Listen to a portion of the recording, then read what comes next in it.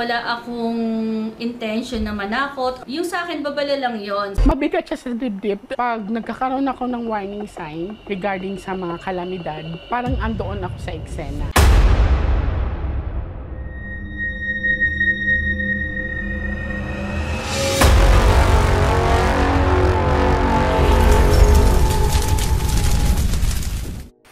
Nag-post ang isang sikat na psychic na si Mamu sa kanyang social media tungkol sa sakit na kakalat sa Pilipinas na napakadami ang mamamatay.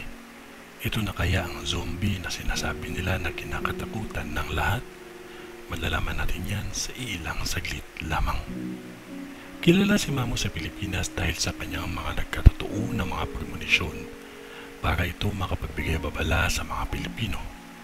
Pakinggan po natin ang vision ni Mamu.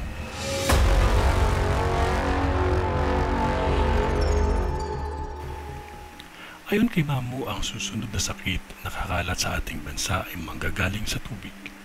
Magiging dahilan ito ng pagkamatay ng napakadaming tao.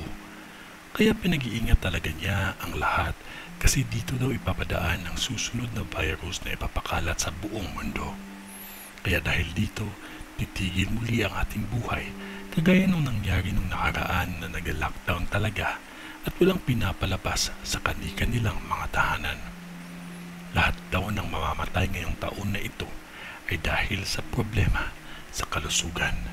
Kaya maging maingat at magdasal. Kung ano man yun na wala pa ding makakatalo sa tempting na panalangin natin sa Diyos amang makapangyarihan sa lahat.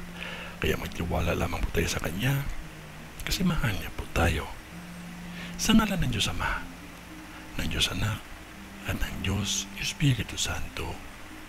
Amen.